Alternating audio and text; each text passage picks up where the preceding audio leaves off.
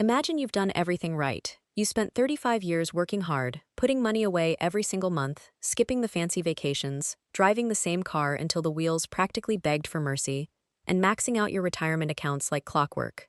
You finally retire. You sit down, you exhale, and for one beautiful, perfect moment, you think, I made it. The hard part is over. And then, slowly, quietly, like water finding a crack in a foundation, 5 things start to chip away at everything you built. Not all at once, not dramatically, just steadily, silently, year after year. And by the time most people notice, the damage is already done. I'm Martha, and today I'm going to walk you through the 5 things that most commonly ruin a retirement, even for people who planned carefully. These aren't scare tactics. They're real patterns I see repeated over and over, and if you know what they are ahead of time, you can protect yourself from every single one. Stay with me, because number 3 is the one that shocks people the most. Here's the thing about retirement planning that nobody tells you early enough. Saving the money is actually the straightforward part. Put money in an account. Let it grow. Repeat for 40 years. Hard? Yes. Complicated? Not really. What's genuinely complicated, and what most people are completely unprepared for, is protecting that money once you stop working. Because the moment you retire, the whole game changes. The strategies that grew your wealth don't automatically protect it.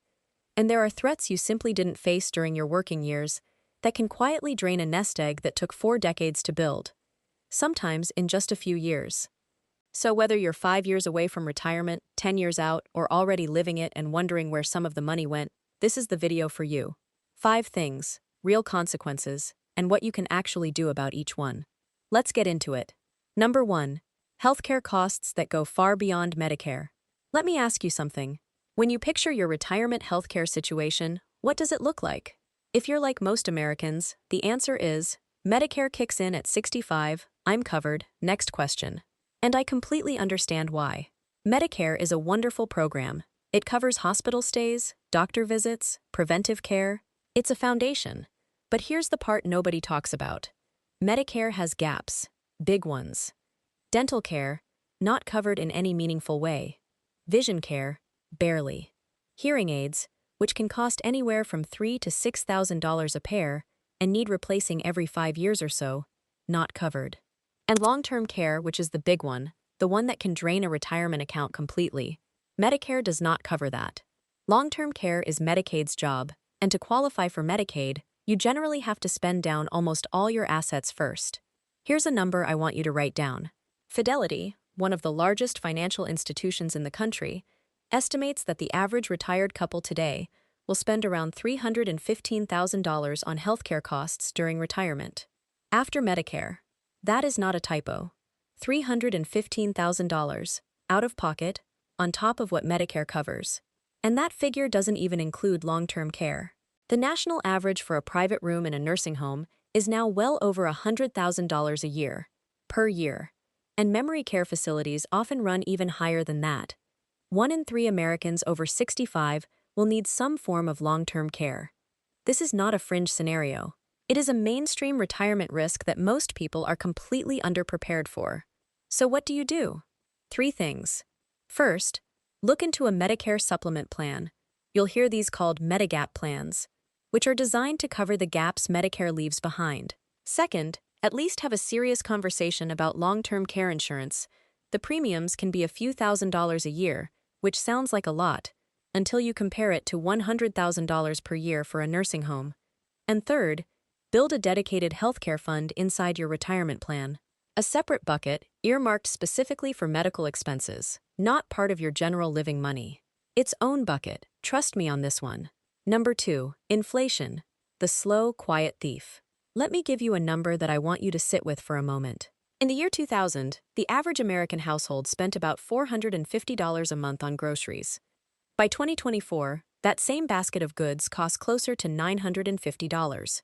Same food, same family, more than double the price. In 24 years. Now, here's the part that makes this personal for retirees, in a way it simply isn't for working people. When you're still employed, inflation is annoying. Your salary, hopefully, keeps some kind of pace. Maybe you negotiate a raise.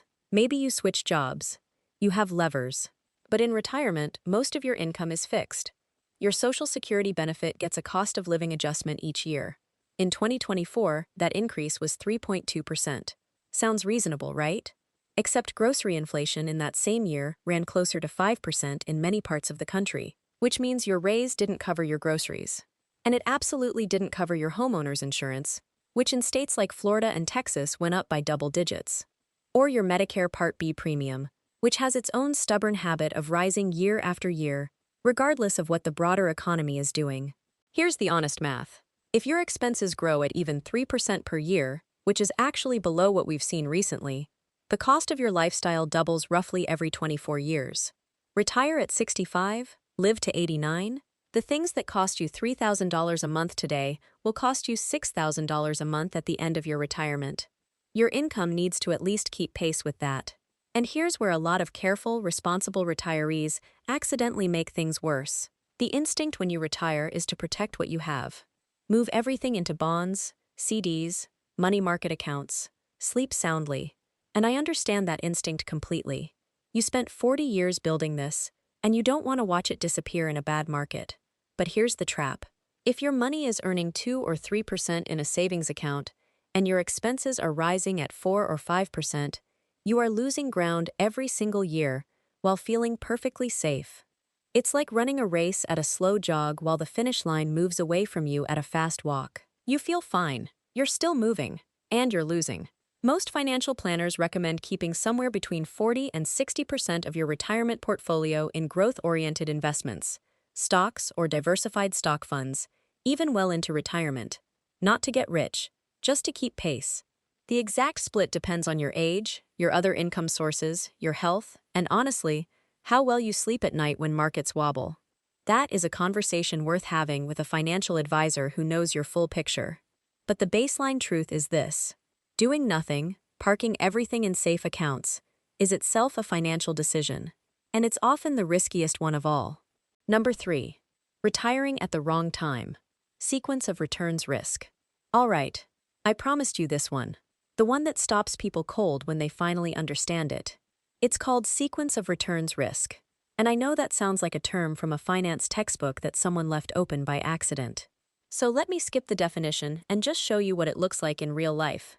Because this happened to real people, recently. Meet David. David retired in January of the year 2000 with $500,000 saved. He planned carefully. Diversified portfolio, reasonable withdrawal rate. He was going to take out about $25,000 a year to supplement his Social Security. Solid plan. Then the dot-com crash happened. The market dropped about 49% between 2000 and 2002. And here's the thing. David didn't just watch his balance go down. He was withdrawing $25,000 every single year while it went down, selling shares at 30 cents on the dollar to pay his electric bill. Those shares never came back for David because he already spent them. By 2010, David's portfolio was in serious trouble. By his late 70s, it was gone. Now meet Carol.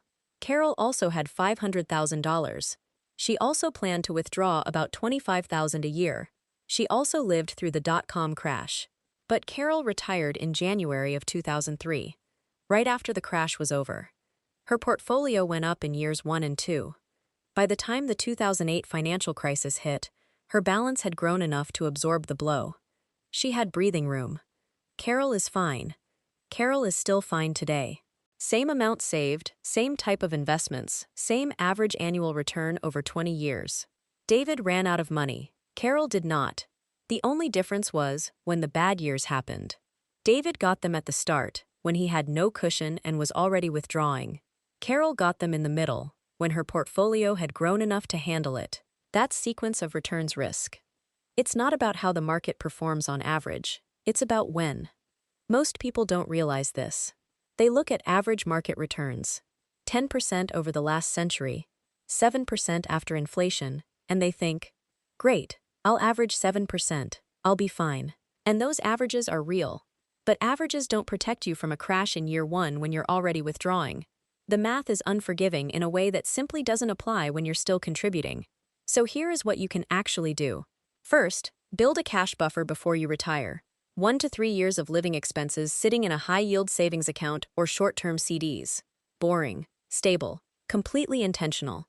This is your protection against being forced to sell investments at the bottom.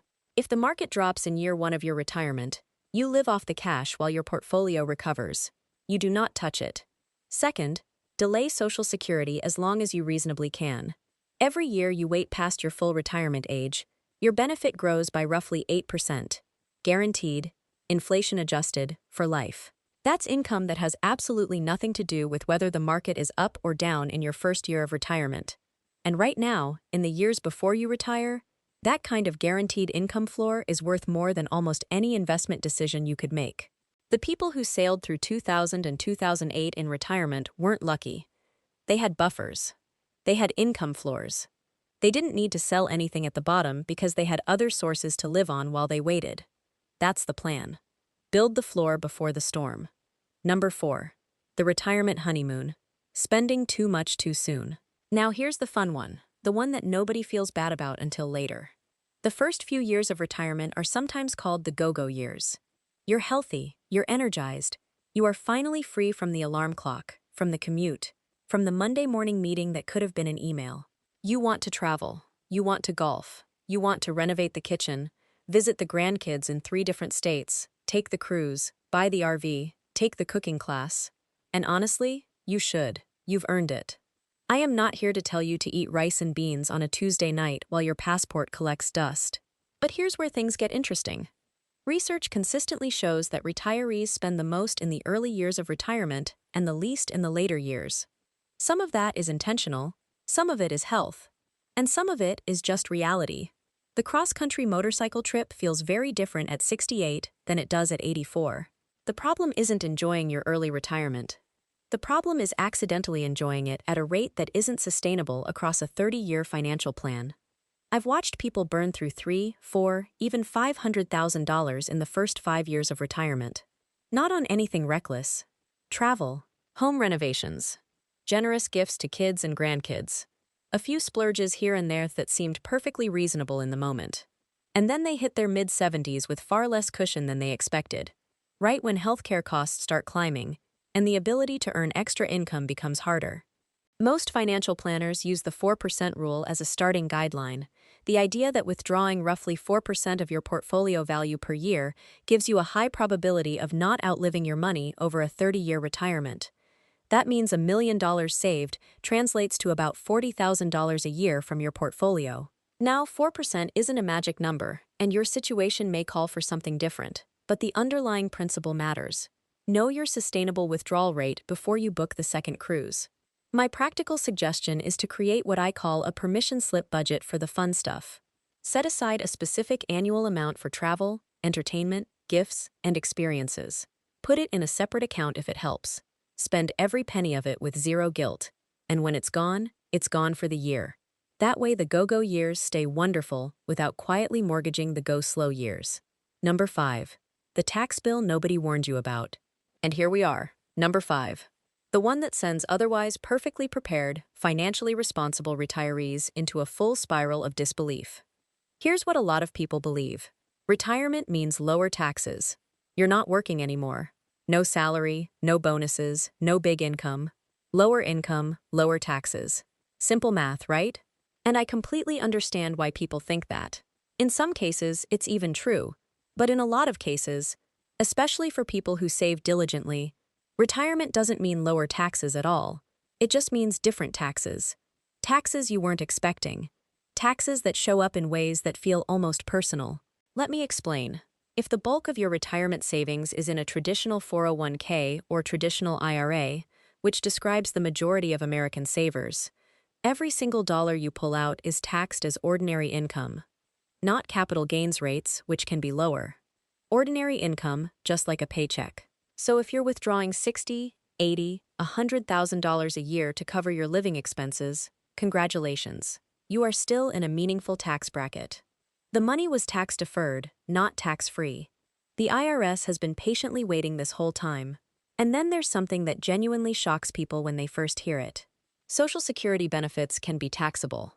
Up to 85% of your Social Security income may be subject to federal income tax, depending on what the IRS calls your combined income, which is your adjusted gross income, plus any tax-exempt interest, plus half of your Social Security benefit. If that combined number crosses certain thresholds, a portion of your Social Security gets taxed. A lot of people receive their first Social Security tax bill and feel like they've been ambushed. They haven't. It's been the rule for decades. They just never knew about it. And then there's the one that catches people off guard the most dramatically. Required minimum distributions, which everyone calls RMDs. Once you reach age 73, the federal government requires you to start withdrawing a minimum amount from your traditional retirement accounts every year, whether you want to or not, whether you need the money or not. Each withdrawal counts as taxable income, and if your accounts have grown well, which is a good thing, obviously, those required withdrawals can be large enough to push you into a higher tax bracket, trigger surcharges on your Medicare premiums called IRMA, and create a tax situation that feels like being penalized for being responsible. Here's what I want you to take away. First, sit down with a tax professional specifically to discuss your retirement income plan. Not just what you've saved, but how and in what order you'll draw it down, and what the tax impact will be each year. Second, if you haven't already, look into Roth conversions. The strategy of gradually moving money from a traditional IRA into a Roth IRA while you're in a lower tax bracket, so that future withdrawals come out completely tax-free.